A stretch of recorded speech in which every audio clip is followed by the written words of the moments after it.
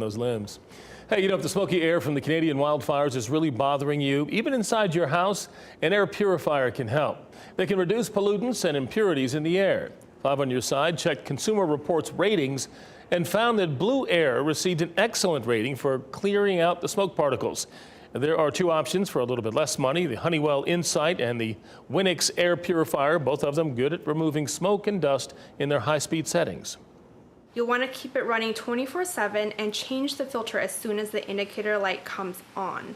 But if you can't right away, keep the air purifier running because a full dirty filter is still better than none at all.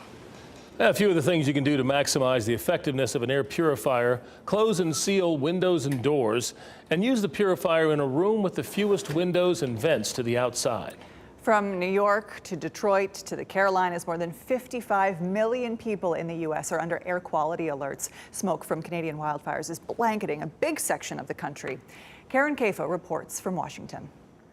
In New York City, the nation's capital, west to Detroit and down to North Carolina, millions of Americans are under alert for unhealthy air quality conditions as Canadian wildfire smoke floats a mix of pollutants through U.S. skies. It affects every part of the airway system from the nose all the way down to the lungs. So experts say take caution. When the air quality is this bad, everybody should try to stay indoors. Especially those with pre-existing conditions that impact the heart and lungs.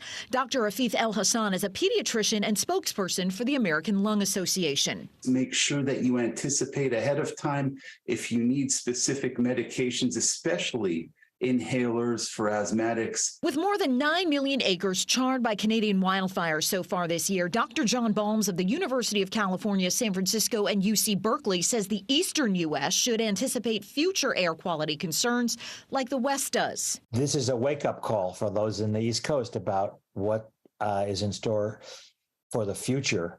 These wildfires are going to continue to be a problem. And Dr. El Hassan says to play it safe for a few days after this haze clears. The air can still be polluted and have a large number of particles in it for many days after the fires. So it would be important to monitor the air quality in your area before you decide to go outside and do a lot of outdoor activities. In Washington, I'm Karen Kaifa. Yeah, some of those images from New York and D.C. and all in the Northeast, they are really something else. Here, though, Kat, it's looking nice outside. Would you say that it's quite improved?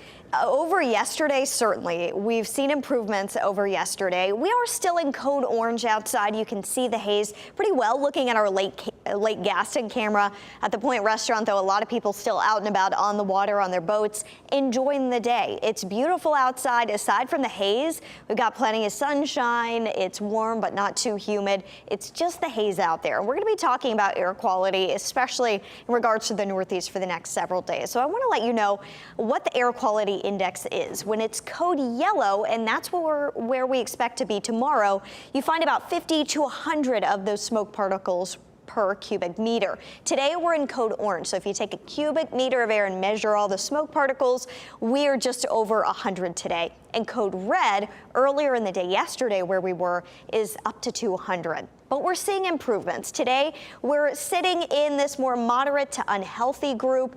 And over the weekend, let's take a closer look at what we can expect to see. For Saturday, moderate air quality in the forecast, code yellow. And Sunday, we're back in the green. So the good news is the weekend, we'll see less of a haze outside. And that's thanks to a change in wind direction. 82 the high Friday with plenty of sunshine. Still that northwest wind. And what's to the northwest of us? Canada, if you go far enough northwest. And that's why we still have a hazy flow tomorrow. By Saturday, it's a west wind at 86 for the high. And then Sunday, we're breezy, a south wind around 15 miles per hour. And when that south wind kicks in on Sunday, we really cut off the flow of the smoke from up north. But boy, it's going to be hot. By the time we get to Sunday, we could have our first 90 of the year. Futurecast for your weekend. Plenty of sunshine tomorrow. It ends up being a really nice day. Code yellow, and that means moderate air quality expected tomorrow and Saturday. High pressure right overhead on Saturday. Really a beautiful but warm day. And then Sunday, We are expecting temperatures to begin to climb with that south wind. We're drawing in the warmer air, but I want you to pay attention to this front as it gets closer to western North Carolina. We see rain chances rise in the western part of our state. I'll have a closer look at the differences in rain chances Sunday across the state coming up in the next half hour, but we are going to see that system continue to push to the east, so by Monday the bulk of the rain moves in. The good news for your weekend is humidity doesn't look too bad tomorrow. Dew point 47. The air's going to feel refreshing. Comfortable air Saturday. It's tolerable on Sunday. It could be a lot worse for June. Tomorrow morning, very comfortable to start. 57 at 6 a.m. for the early risers. By 10 a.m., we're near 70. It's a bright start to the day. Still a little hazy out there tomorrow, but gradual improvements each day moving forward. And then once we get to Monday, that's going to be our next best chance for rain. I have lowered rain chances on Sunday.